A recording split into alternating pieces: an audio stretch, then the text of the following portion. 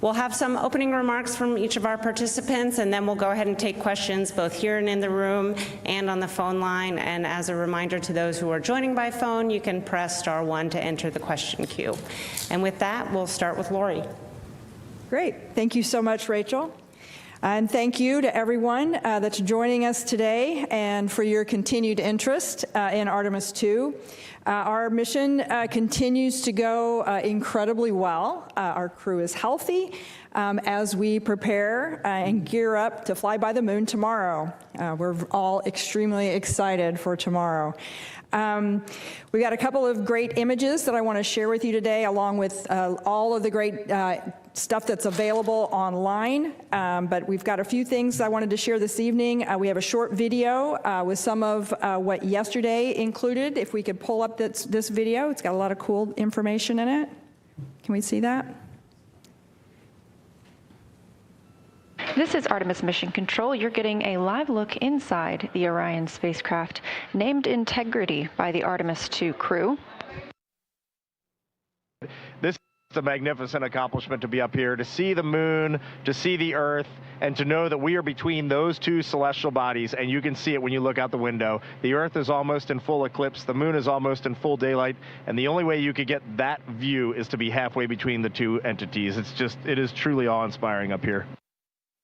And Houston, we have some Earth and Moon viewers here who are putting in requests for different motions so that they can see things in the window. We're seeing them in the camera views, and we're enjoying it. Look at those scientists go. And Jackie, we got Jeremy on there just for a minute before his PAO event. He's just got to look at this. As soon as I put my hands on the 400, it's just... You know, I'm not one for hyperbole, but it's the only thing I could come up with. Just seeing Tycho, there's mountains to the north. You can see Copernicus, Rainier Gamma. It's just everything from the training, but in 3 dimension and absolutely unbelievable. This is incredible. Kathy Moonjoy. And Houston, I can tell you that Christina now has the 400 millimeter, and she also is the queen of hyperbole. It's incredible. Wow. Kathy, Christina doing her best Reed impression at the window. I love that. And I also really love how they talk about being able to see in 3 dimensions. Just helps remind us all that what we can do with our amazing human eyes is be able to see in stereo vision and get that depth perception. It's just wonderful to hear them talking through what their observations are. And I'm sure you'll hear from Kelsey about how well they've learned all their training, being able to tell us exactly the features they're looking at. We also woke up the crew today with a short a message from Apollo astronaut Charlie Duke cheering them on, and I think we get to listen to that here. Is that available? 2, 1.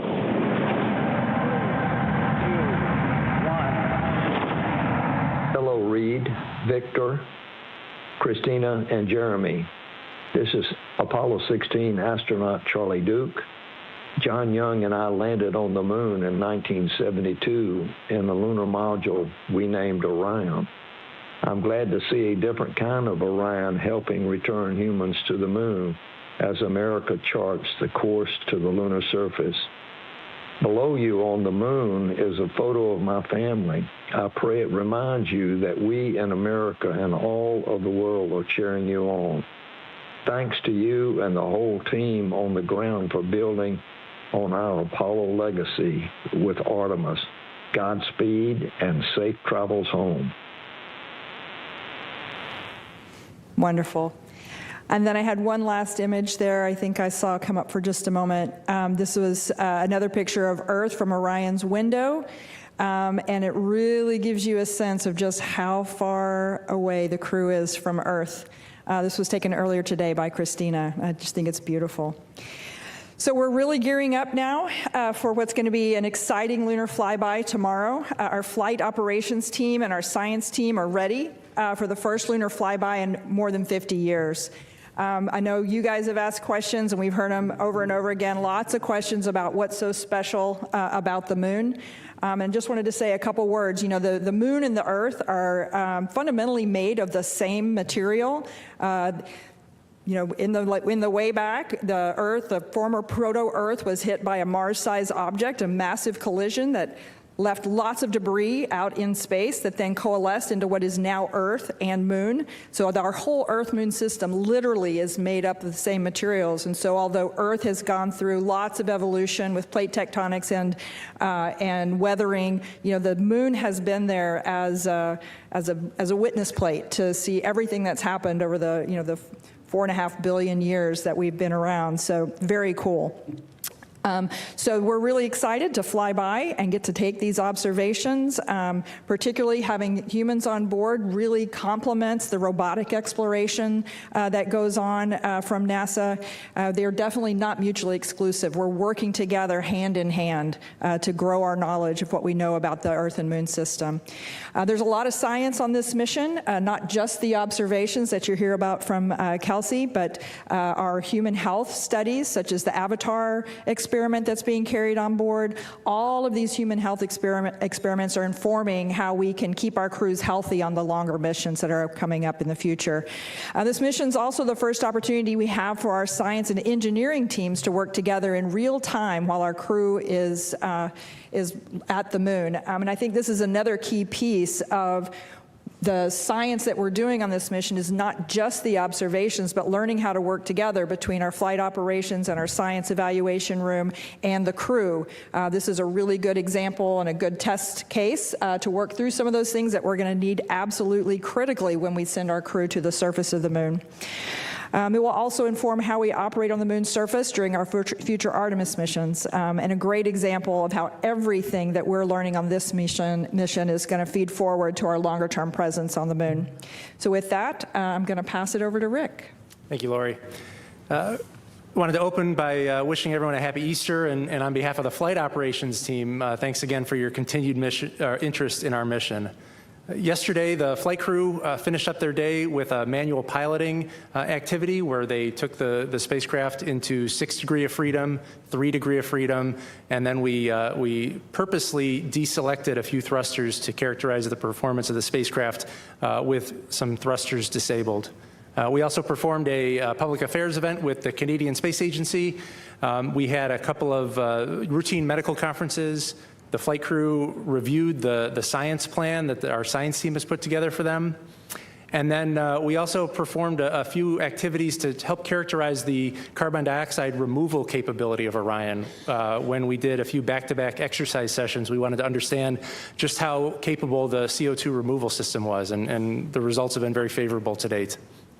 Today, the astronauts started their day with an opportunity to put their orange launch and entry suits back on. You can imagine that when you put your orange launch and entry suit on in 1G back in Florida, it's a lot different when you try to put it on in zero gravity. And so we gave the crew a chance to practice that before they have to do it on entry day. And since the crew were wearing their orange suits, we also used this time today to practice a few contingency scenarios where they may, if they had to spend extended time in those orange suits, how would they practice drinking their protein shake or delivering medication? And how would you set up the seats in Orion while you're wearing the bulky suits? These are things that they would need to do in a contingency, and we wanted to be able to practice these before if we found ourselves in a scenario where we would need to do them. Once we finish the suited operations, we're going to turn our focus towards trajectory correction maneuvers. We're going to perform the outbound trajectory correction maneuver number 3. This is actually going to be the first one that we actually do. We found that Orion was on such a pinpoint trajectory that we didn't need to do the first 2 correction maneuvers. The one today we're going to do later on is 9.9 feet per second. It'll take about 14 seconds. And it's going to use the auxiliary thrusters on the Orion service module. We have a few other medical conferences later today. We're going to do a demonstration of in-flight maintenance where we remove one of the panels of Orion to demonstrate that if we needed to get back behind one of the Orion spacecraft panels, we could do so and maybe perform a maintenance activity if we needed to. And then while the crew's asleep, we're going to perform a demonstration on the ground using our optical comm system. We're going to increased the bandwidth to 100 megabits per second using our optical comm system and our ground station in White Sands, New Mexico. The most exciting portion of the overnight hours here on Earth is going to be when Orion enters the lunar sphere of influence at 12:40 a.m. Eastern Time. That is significant because that's when the moon's gravity has a stronger pull over the Orion spacecraft than Earth's gravity. And so that's a significant milestone on our mission. I also wanted to comment a little bit about my console activities. I worked the past 3 days as the lead of the planning shift on console and mission control, and I just wanted to highlight the exceptional job that those teams are doing a few hundred yards away here in mission control. The planning team is in charge of making sure all of the operational products are ready for the flight crew when they wake up in the morning. They're also in charge of executing some test objectives and activities to gather data on how Orion performs as it heads out to the moon. And I just wanted to highlight just what an exceptional job that team's been doing. And one of the highlights of working the planning shift, we saw the photo that Lori showed a few minutes ago. We gathered around the console when we downlink that image, and the planning shift is the group of about 10 people who get to see that image for the first time. So before any of the public got to see those images that you saw on social media, my planning team working the overnight hours while the crew's asleep, we were the first ones on planet Earth to see those images. So it's a pretty special time. I wanted to end my remarks with showing a video of some remarks from our pilot, Victor Glover, which I thought were particularly poignant and were worth repeating. And so let's go ahead and play that video. In all of this emptiness, this is a whole bunch of nothing, this thing we call the universe. You have this oasis, this beautiful place that we get to exist together. I think as we go into Easter Sunday, thinking about, you know, all the cultures all around the world, whether you celebrate it or not, whether you believe in God or not, this is an opportunity for us to remember where we are, who we are, and that we are the same thing and that we got to get through this together.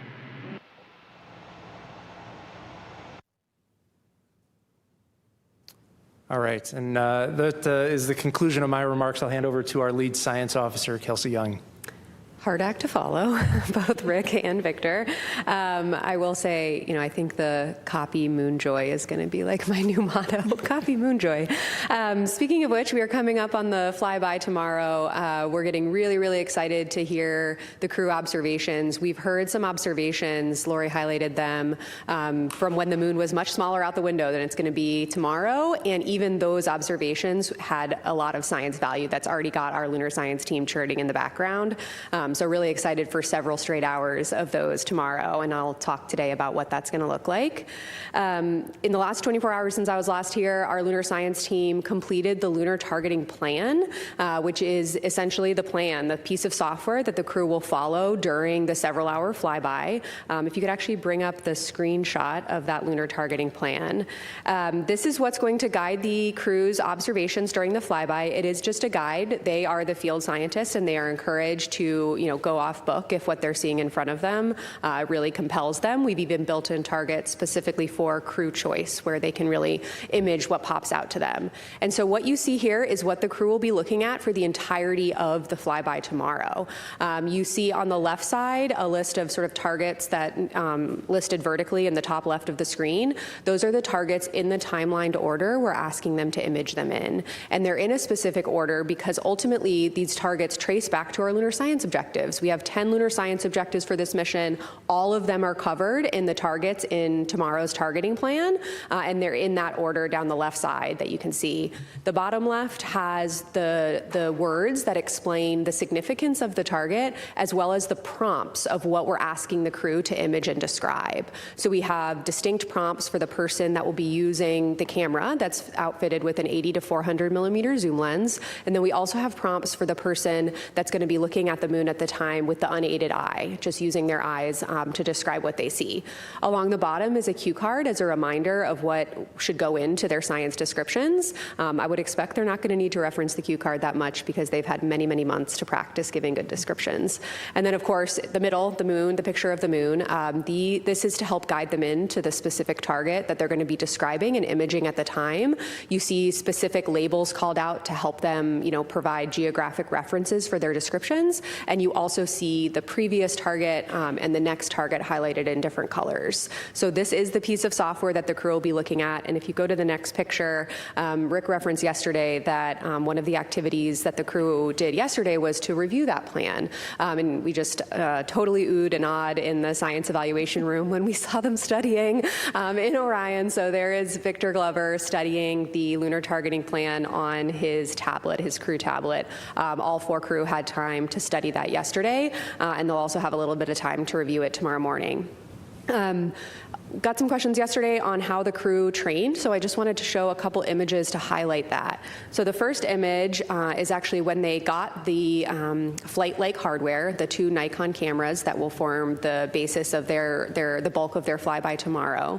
And we actually put visualizations of the moon at the right distance away from them in a facility over in Building 36 here at the Johnson Space Center, and actually had them practice giving descriptions and taking pictures. We actually did that several times with them. And if you go to the next chart, we also put them in and near the Orion mock-up, the medium fidelity mock-up we have here at the Space Vehicle mock-up facility here at the Johnson Space Center, and actually had them get inside of Orion and actually look out the window at a giant inflatable moon globe we hung from the ceiling, so they could practice that physical choreography they needed to inside of Orion before their flyby. And so the last thing that I'll end with is actually showing a video that I showed yesterday. So if you could play that. This is tomorrow's flyby in 60 seconds.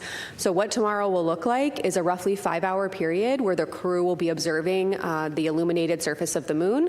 In response to the question I got yesterday, the 2 Apollo sites they'll be able to see here at the beginning are the Apollo 12 and 14 landing sites. As they progress through the several-hour period where the moon is illuminated, they'll continue to work through that targeting plan. Again, each target is based on our lunar science objectives, and they'll be able to see how the moon is changing throughout their time observing it.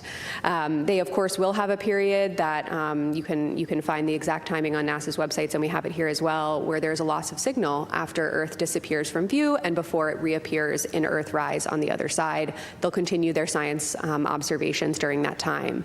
Then, of course, about an hour later, we have this really unique opportunity to observe an eclipse from the vantage point of Orion, where the sun disappears behind the moon from the vantage point of the Integrity crew, and they'll be able to observe the solar corona, but right around sunset and sunrise. They'll also be able to take pictures of several planets that will be visible in view. That includes Earth, of course, Mercury, Venus, Mars, and Saturn. They'll also be able to look for potential Earth shine effects, which is literally the illuminated Earth shedding glow onto the near side of the moon. We've got a jam-packed plan for them tomorrow, and it ultimately all traces to our science objectives.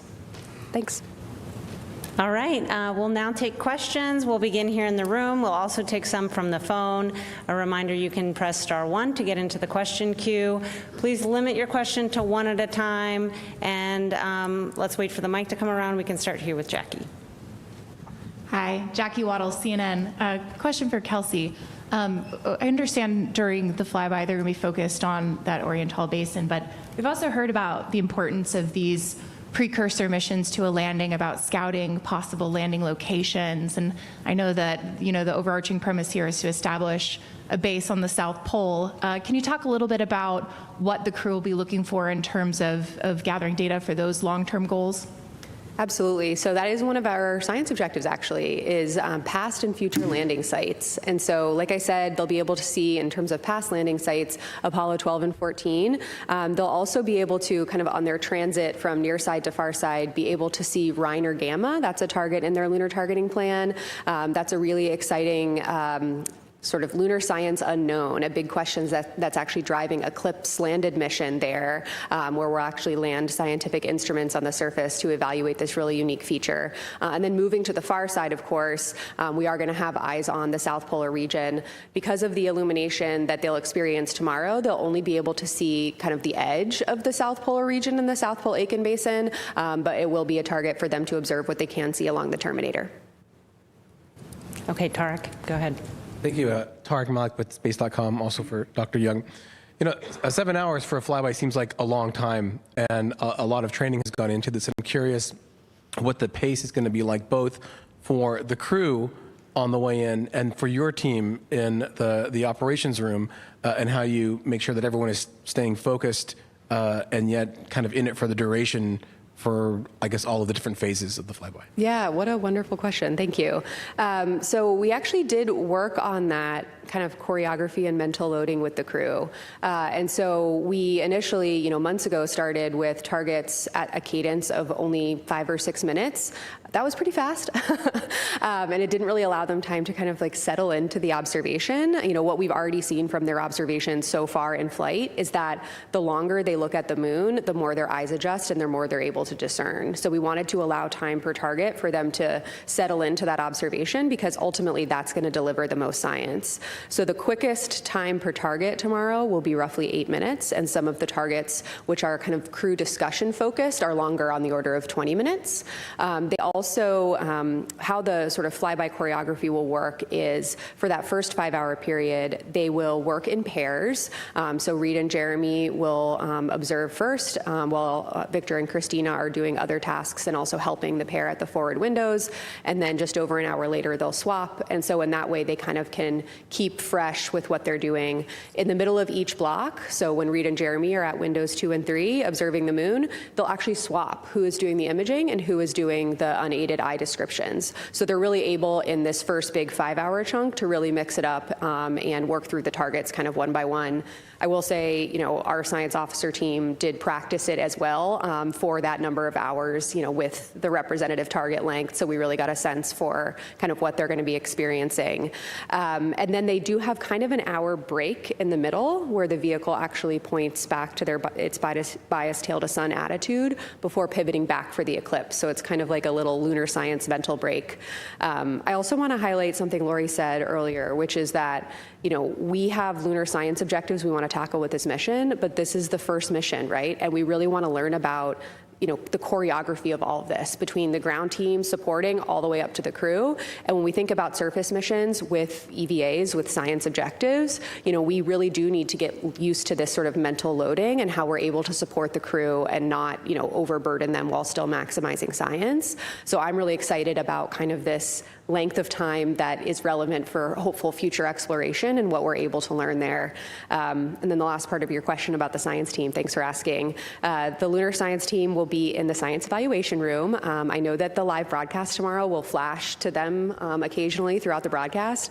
You're going to see some very excited scientists. They're going to be absolutely buzzing up there. And what they're going to be doing is monitoring the crew, of course. The crew will be giving several descriptions an hour, roughly 3 to 4 lunar descriptions an hour, and the science team will get to work right away, kind of synthesizing those, and then we'll actually downlink the rest of the descriptions overnight in advance of a crew conference we'll have the following morning to, again, continue the science discussion. And so the lunar science team is going to be both really excited and then also trying to keep track of the science through those, what we call science sit reps. Okay, Gina. Gina Sinceri, CBS News. We know the crew is shooting a film camera. When that film comes back, where is it processed, and how will you be able to turn those images around? The crew operated cameras. There'll be actually 3 of them for tomorrow's flyby, 2 Nikon D5s and 1 Nikon Z9. The 2 Nikon D5s will have the 80 to 400 millimeter zoom lens. That's going to be the prime imaging lens for the bulk of the flyby. There's also a 14 to 24 millimeter lens that we're going to be using during the eclipse timeframe. And then the Z9 camera will be especially used around the time of sunset and sunrise for the corona. And actually what we will do is downlink as many images as possible overnight and throughout the rest of the mission, of course, as bandwidth and downlink potential allows. And of course, we'll be getting some out to the public as soon as we possibly can. But the rest that we don't downlink in flight, we'll get once they splash down, and we'll have a team that brings the cameras and the flash cards back to Houston pretty quickly and gets them in the pipeline to release all of them out to the public. Go ahead. Thank you for your time today. Ed Lavandero with CNN. 2 questions. Watching the crew today get into the spacesuits and reconfigure the seats, it seemed very difficult, or it takes a long time. Is there ever a situation where is the speed at which they did that today pretty good? Is it something that needs to be done faster in the future?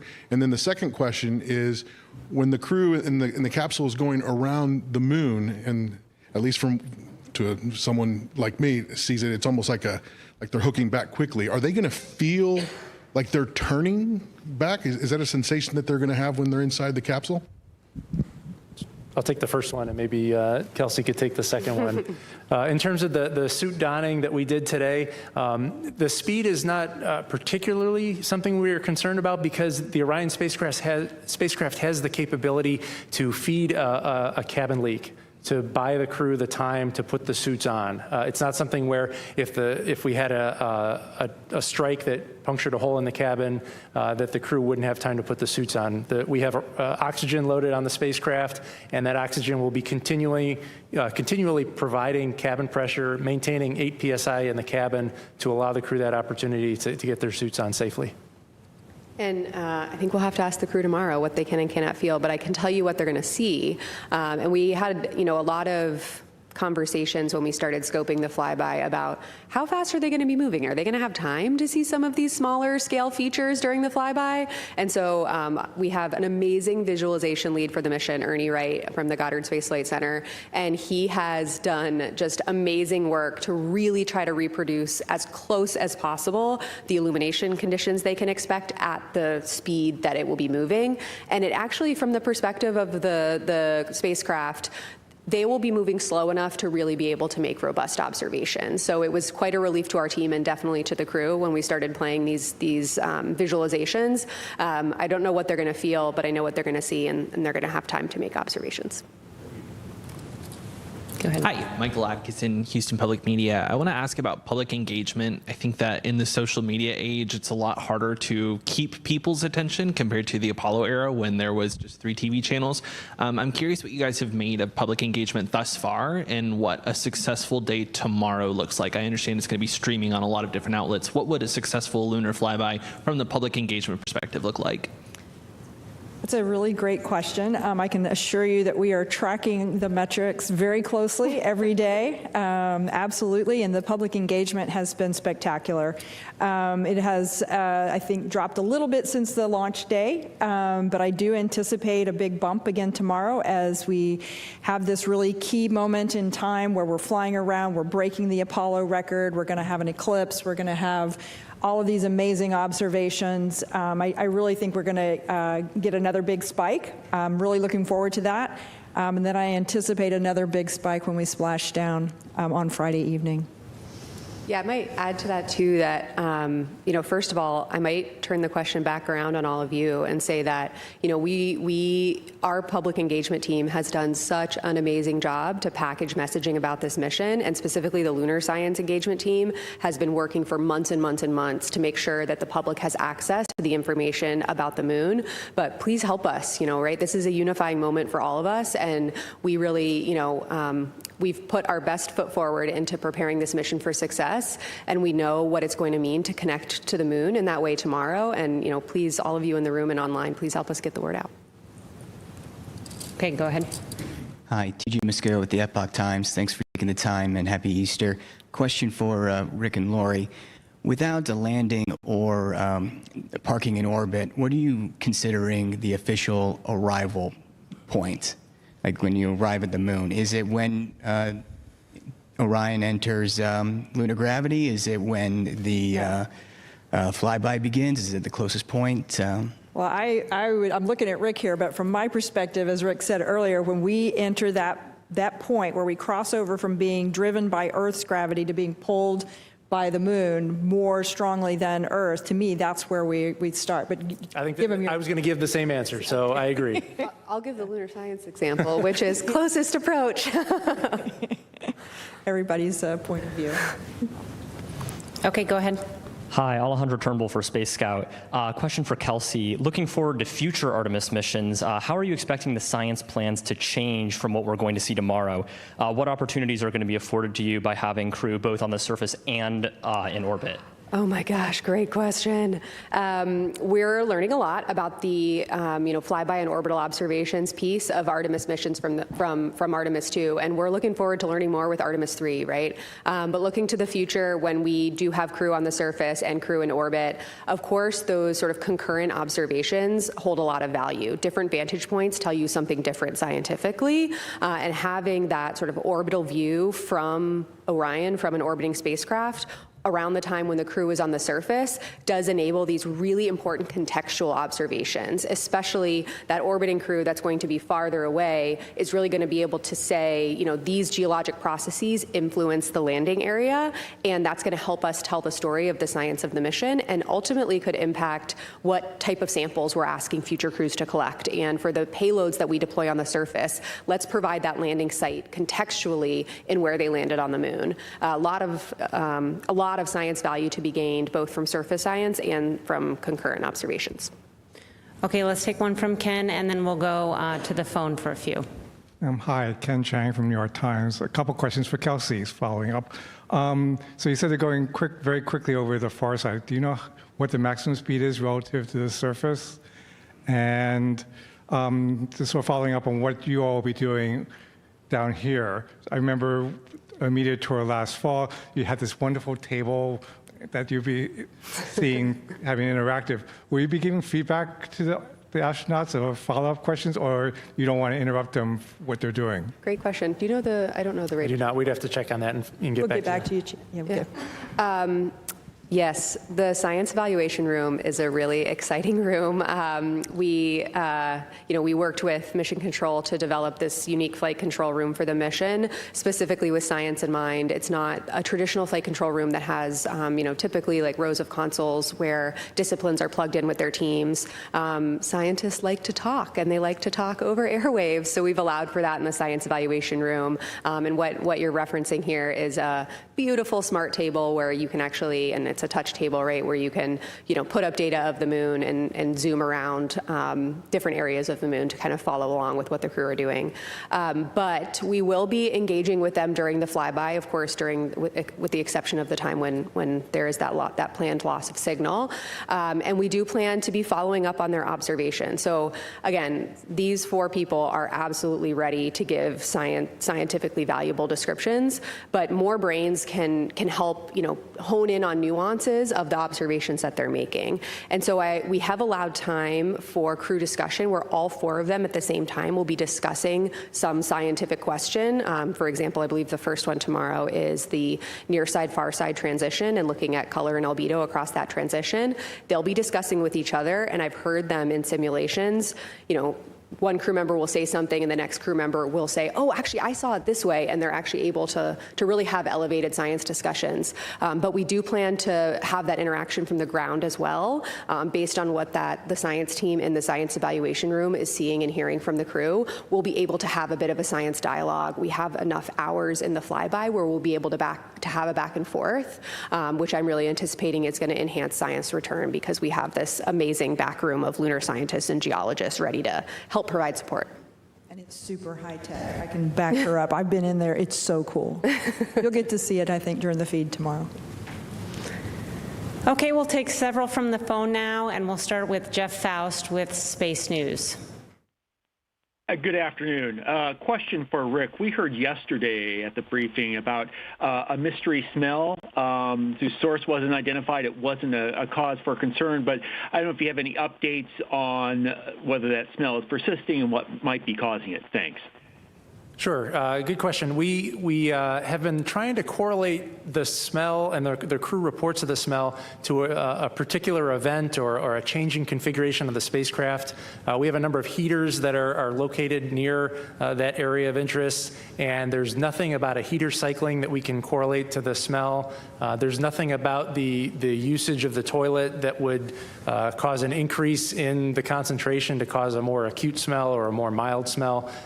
So right now, there isn't any root cause identified as to what that source is, but we're continuing to proceed with the mission and the use of the toilet nominally.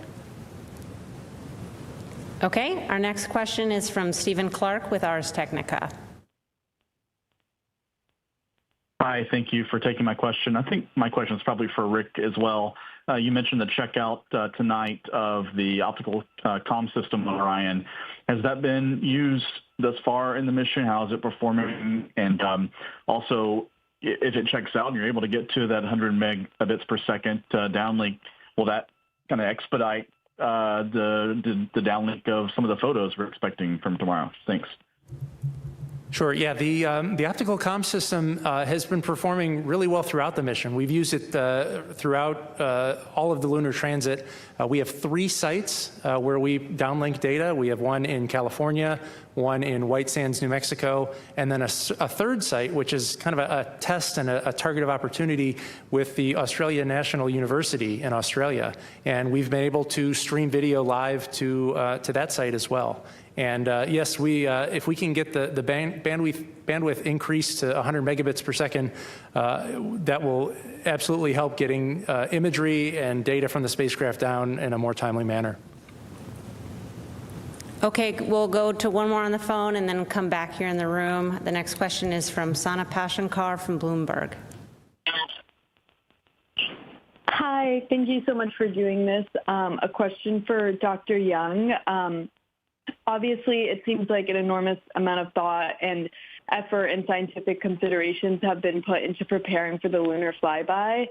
I was just wondering, when did the lunar science team at NASA start making preparations for the flyby? Did it start like when the astronauts were selected in 2023 or after Artemis 1? Yeah, thanks. Yeah, thanks for the question. Not specifically for Artemis 2, but for Artemis science operations in general, it's been a number of years that we've been preparing and integrating with flight operations. I will say flight operations has been incredibly welcoming. I think it's a testament to the fact that, science is one of the fundamental pillars of Artemis, and, specifically for Artemis 2, Rick and Judd and Jeff have been nothing but, really, really welcoming, knowing that, of course, our destination for this mission is, of course, the moon. Specifically for Artemis 2 science preparations, we did, actually start working with the crew pretty quickly after they were selected, more in a classroom training environment, but that did kick off the discussions for our team about how we wanted to develop our science objectives given the mission profile characteristics as we learned more about that, about how the mission profile was evolving.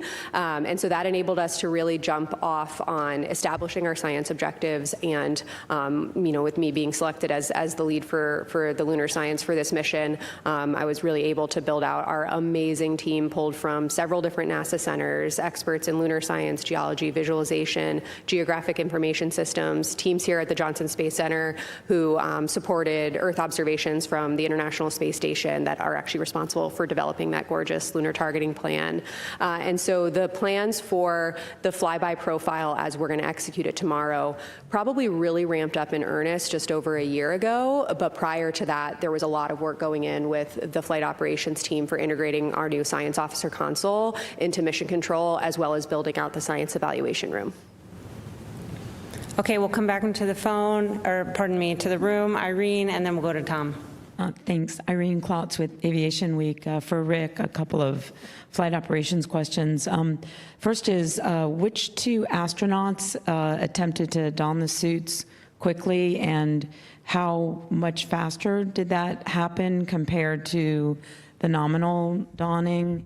And on the manual flight demonstration, did the exercise today complete all the, or maybe last night, sorry, I've lost track of days. Did that complete all of the manual operations that you're expecting, and what have you learned so far about the nuances of Orion's handling that you want to kind of continue more studies on post-flight? Thanks. Of course, thanks for the question there. As far as who donned the suit rapidly, that was Reed and Victor, and then Christina and Jeremy donned it in the quote-unquote nominal time frame. The rapid donning was attempted to be done in about 15 minutes, which is pretty swift. And again, that corresponds with the time that Orion has to feed the leak and maintain cabin pressure before we can get the crew safely in a pressurized environment.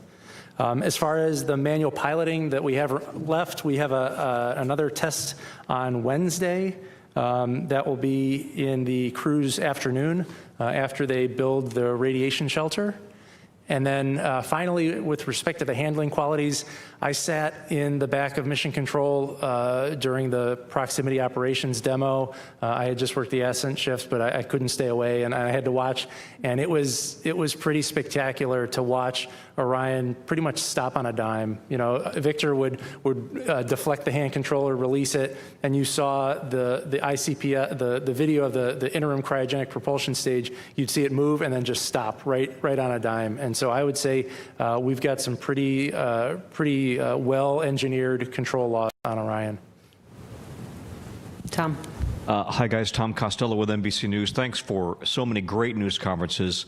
I have just a basic question with, I don't have a PhD in rocket science. Can you explain for the audience how it is that when it goes into the moon's gravitational pull, and then when you come around the other side, the Earth's gravitational pull can take over or becomes stronger? You help me understand that, and that would be great. And then second of all, can I just confirm with you the photographic number of targets you have, and how many photos you expect to take? Sorry if I missed that.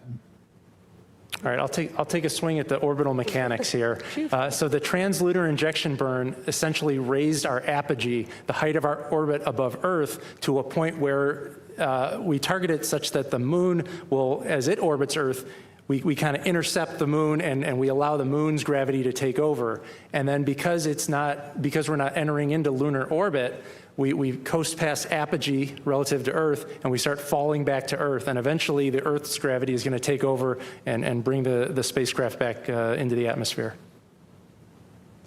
As for targets, I was just going to add one more thing to that, is that as you enter, as we talked about, the stronger influence of the moon's gravity, we're out at some distance, and so when it starts to pull on us, we go into a circular kind of an arc around the moon, and that kind of slingshots us. You can imagine a slingshot around, but then that kind of starts to overshoot and come back, and then by the time you might go somewhere else, we're now pulled into Earth's gravity again, right? So it starts to pull us back. So it's the interplay of those two gravity fields that really drive this beautiful dance of the spacecraft. The number of targets, I'll have to get the exact number, but it's in the range of 35 targets. We actually do plan to put out the list of targets hopefully tomorrow morning so that the public can follow along. I will caveat that with, that's a plan, right? And they're going to flexibly execute that plan based on what they see, but we will put out kind of the list that they have been studying too. As for number of pictures, it's a great question. The only way we can kind of make a guess at that is from the mission simulations we've done on the ground, where they're taking pictures of not the real moon. I have a feeling that the real moon is going to be a bigger draw. I would expect thousands of pictures that the crew themselves will take, not to mention the imagery that we will be taking with the Orion vehicle cameras. Okay, we'll go here and then back to Will Robinson-Smith after that. Hi, Emily Martin from CLA's Fast Friends. Thank you so much for doing this. I was wondering, which specific science questions do you hope this flyby will will answer? The Apollo samples ultimately answered the question of the origins of the moon. What do you hope those data gathered by these human eyes will answer? And also, I was wondering if you are planning on taking a photo of Orion with LRO, if it's even feasible. So on the science objective question, we do have 10 science objectives, all of which we feel are accomplishable, tackleable by the crew with the Lunar Targeting Plan as written. The Lunar Targeting Plan does actually address all 10 of our objectives. But as for the ones that I'm most excited about, I am really excited for, our number one priority objective is, color provinces and albedo, right? This is something that human eyes are just incredibly good at teasing out nuances about. And again, forgive me again, the photometry deep dive, but again, the ability of a crew member to look at the surface in different illumination conditions as the Orion spacecraft is moving across the surface of the moon will allow them to understand morphology and texture, and therefore origin, process and origin. I mean, you heard even from farther away, Reed say yesterday, I can see much more topography around Tycho than I could in the visualizations. As he's getting closer, he is seeing that 3D effect start to realize. And when they get even closer and they have that sort of extreme flyby profile over a number of hours, they're really going to be able to tease out that dynamic between topography, surface texture, morphology, and color and albedo, and how and if those things overlap. There are some targets on our targeting plan where that's specifically an objective of, do you see a correlation between color and topography? And a negative observation, not seeing it, is a science result, right? And so we do really focus on this unique profile that this mission has. You know, I think we've gotten the question, well, you're so far away, what can you even do? That's actually an asset for our science objectives. They're going to have this whole disk view, and the rate at which they're moving and the illumination changes that they'll experience in several hours enable our science. They don't detract from it. As for complementary observations, yes, we do plan to have complementary observations with the Lunar Reconnaissance Orbiter. We also have other complementary science investigations, including citizen science here from scientists on Earth who are going to be looking for impact flashes or new craters that are forming on the surface of the moon, just like the Artemis 2 astronauts will be looking for. So lots of chances for coordinated observations, and you can bet we'll be putting out information about that, especially the Lunar Reconnaissance Orbiter TIES post-mission. Okay, Will, and then we'll go back to the phones for a couple of additional questions. Thank you, Rachel. Will Robinson-Smith with Spaceflight Now. Thank you all for taking the time today. Couple to Rick, if I may, about the Ox demonstration. Please correct me if I'm wrong, but it sounded like at one point there was a plan to lower the cabin pressure in Orion. Can you talk about when and why that changed? And then the life limit for the astronauts in the suits we've heard is 6 days. Can you go into some detail about what the life limiter is for that? I mean, obviously the crew is now within 6 days nominally of returning to Earth, so if they needed them, they've got that latitude. But can you just go into some explanation about why the 6 days, what creates that bracket? Thank you. Sure. You're correct that we are planning on decreasing the cabin pressure in Orion. That was always part of the plan. As we look forward to future Artemis missions, we expect lower cabin pressures when we perform dockings to other spacecraft. And we want to be able to evaluate Orion here on Artemis 2 to understand how it performs at 10.2 pounds per square inch atmosphere, so that when it docks to another spacecraft, we quickly equalize pressure. As far as the 144-hour constraint, that is tied to the oxygen and the ability to supply oxygen to the crew. Those tanks are only so big, and they were sized for that contingency. Okay, we'll take several questions from the phone. Next up is Jackie Mogensen from Scientific American. Hi, thanks for this. I was wondering, on the lunar flyby, I understand that there are a number of things that the astronauts have been training to see, but I was curious what you would say are kind of the wish list items of what would be really cool to see but are not a guarantee. Thank you. Ooh, you know, I would think, honestly, a big one is just the amount of color they're going to be able to see and where and when they see it. Again, you know, negative observations, not seeing something, is science. That is something we are learning. So I think we have a lot of questions about where and how subtle color hues will pop out to the crew. You know, we have guesses, of course. We have educated guesses based on what we know about the lunar surface, especially the far side, which haven't had, you know, human eyes on it before. But we don't know what to expect. We've provided guidance to them on where we think the best places are to, you know, make those observations, but this is exploration, right? And while we have imagery, amazing data from orbiting spacecraft, it's these nuanced observations that we're lacking. And so, you know, this is discovery, right? And we're asking questions that we don't always know the answer to, and that's, you know, some of the value of what these Artemis missions bring. Next up is Marcia Smith with Space Policy Online. Thanks so much for taking my questions. One question I think is to Rick, and could you just clarify about the toilet situation? Have you permanently fixed that, or is it that every certain number of days or something you're going to have to turn the spacecraft towards the sun in order to make sure that that vent doesn't freeze?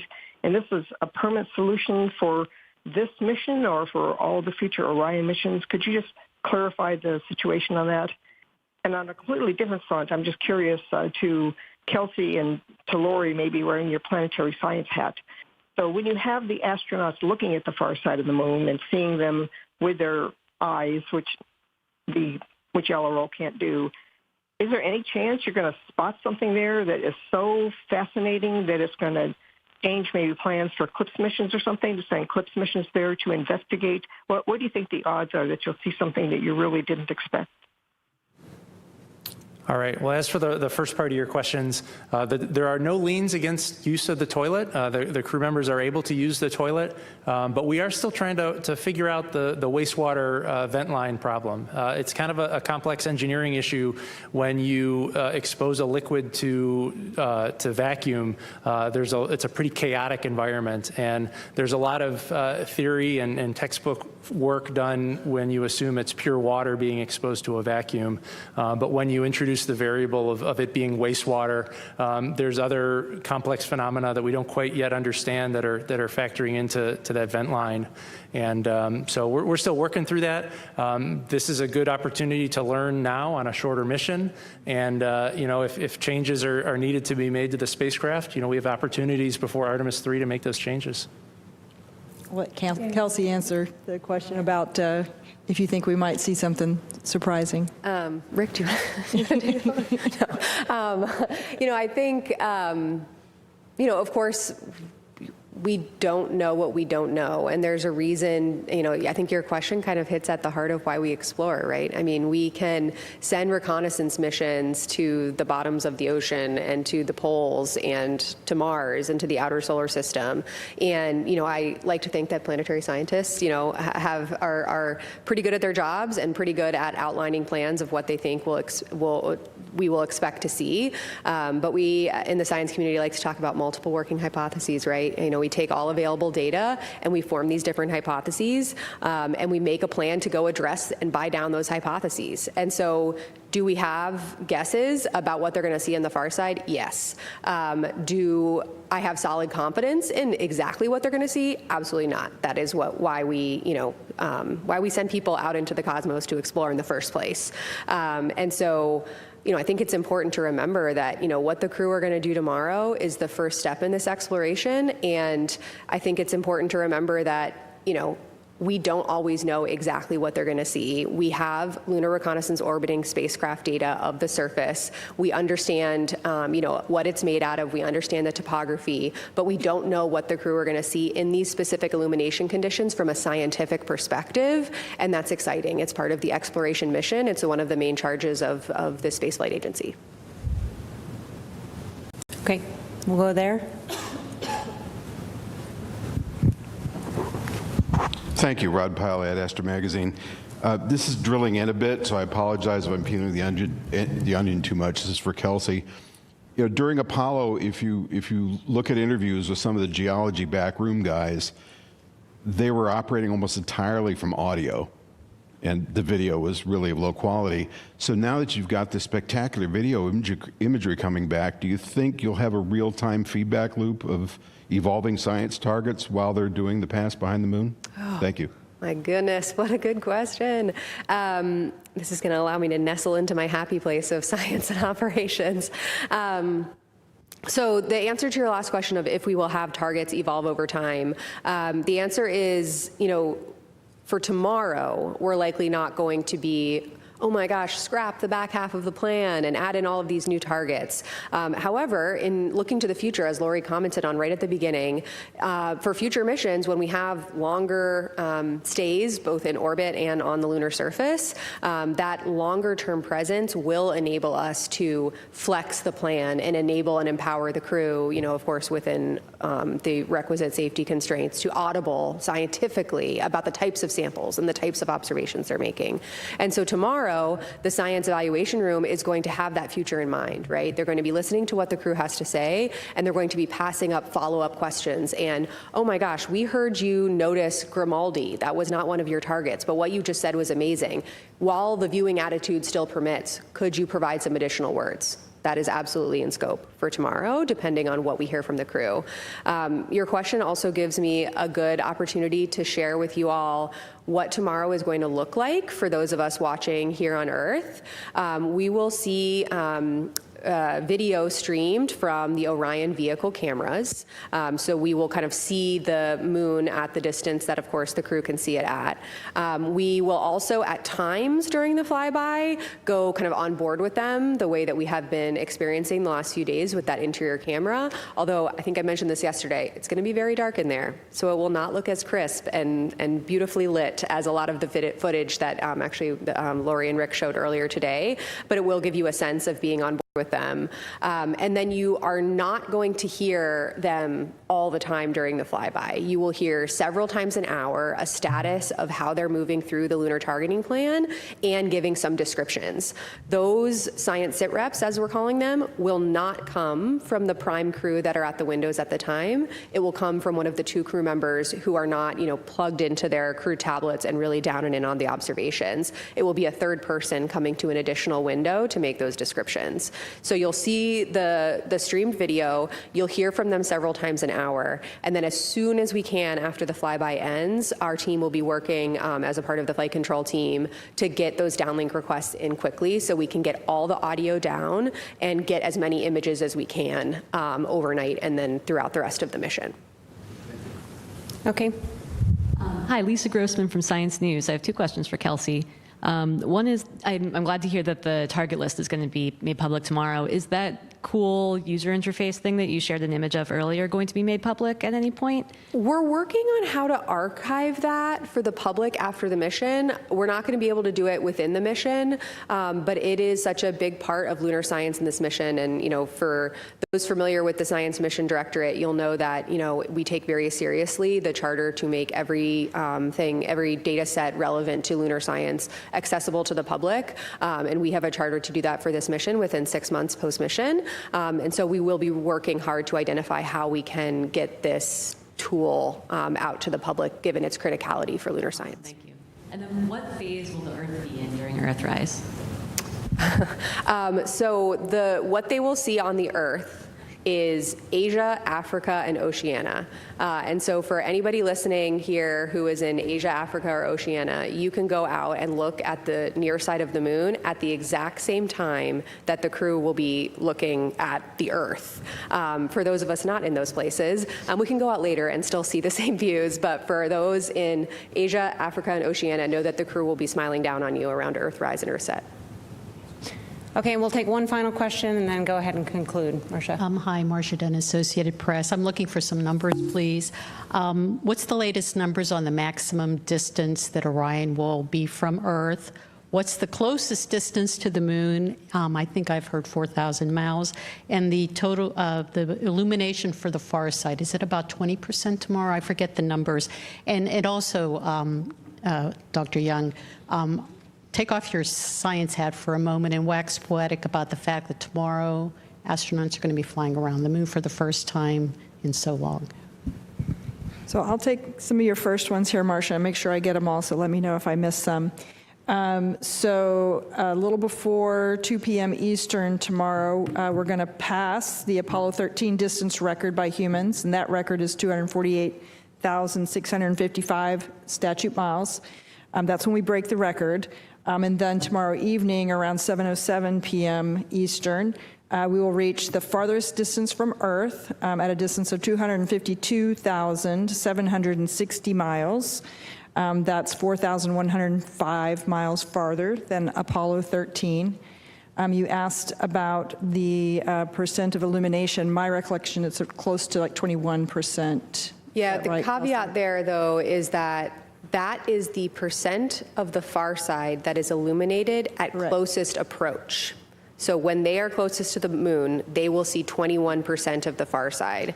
On their approach, as you saw in that visual, they will see the disk. It will include a big section of the near side as well as that section of the far side. Essentially, half of the moon is always illuminated. They'll see that. And so they will see the full 180 degrees that's illuminated as far as far side. Yeah. Thanks, Kelsey. Yeah, I think it's at closest approach, it's 4,070 statute miles. Mm-hmm. Yeah. And then do you want to wax poetic? Oh my gosh, of course, always. I mean, first of all, I will be on console tomorrow, so I will be locked in and fully in operations and execution mode. But, you know, sitting here today, the day before the flyby, you know, I was a kid who loved to play outdoors, and I was a kid who loved to, while playing outdoors, look up at the sky. Being outdoors and exploring the environment around me was a massive part of my childhood. I'm the mom of 2 young kids, and my youngest is right in the phase now where she looks up at the moon at night and just screams moon every time she sees it. She just stops what she's doing and points up and yells moon. And it really just, I swear I do not push her to do this. This is a natural instinct. But, you know, I think it goes to show that people all over the world connect with the moon. This is something that every single person on this planet can understand and connect with. Of course, you know, I'm focused on my kids in my house, but I know that people all over the world have their own sense of connection with the moon. Specifically, also, we will get an eclipse tomorrow, and I think everybody on Earth, or a lot of people on Earth, have connections to partial or full solar eclipses. I'm wearing my eclipse earrings today. You know, we're approaching the 2-year anniversary of the 2024 North American eclipse, which was actually the same day that my daughter was born. And so I have a lot of emotions, to be totally honest with you, wrapped up in this mission and the specific timing of this mission. And I think my overwhelming takeaway is just, yes, I'm a geologist and a planetary scientist, and I have worked with this crew for so long, and I know that the data we will get back will inspire the next generation of scientists and explorers, but it will also bring the moon closer and unite all of us, where we can have this tangible touch point to the moon and what the crew are going to be doing tomorrow. And so as a scientist and as a mom and as a citizen of this planet, I'm really looking forward to tomorrow. I hope all of you are as well. Well, that's a wonderful way to conclude. I want to thank our participants for being here today. We're going to go ahead and pop up onto the screen a graphic showing all the events for tomorrow. Our special coverage begins at 1 p.m. Eastern and extends into the evening. Thank you for joining us today, and you can follow the latest mission updates on nasa.gov. You've been watching live coverage. We return now to our scheduled program. We join it in progress. So Los Alamos was really fascinating. There's a whole museum and preserved site. You have to go really far up into the mountains. And when I was driving up there, all I could think was, how did they, in the 1940s, with not very good roads, get all of the things up this mountain that you need to create a nuclear weapon? But it was really a fascinating place. And then I left from there and went to a place outside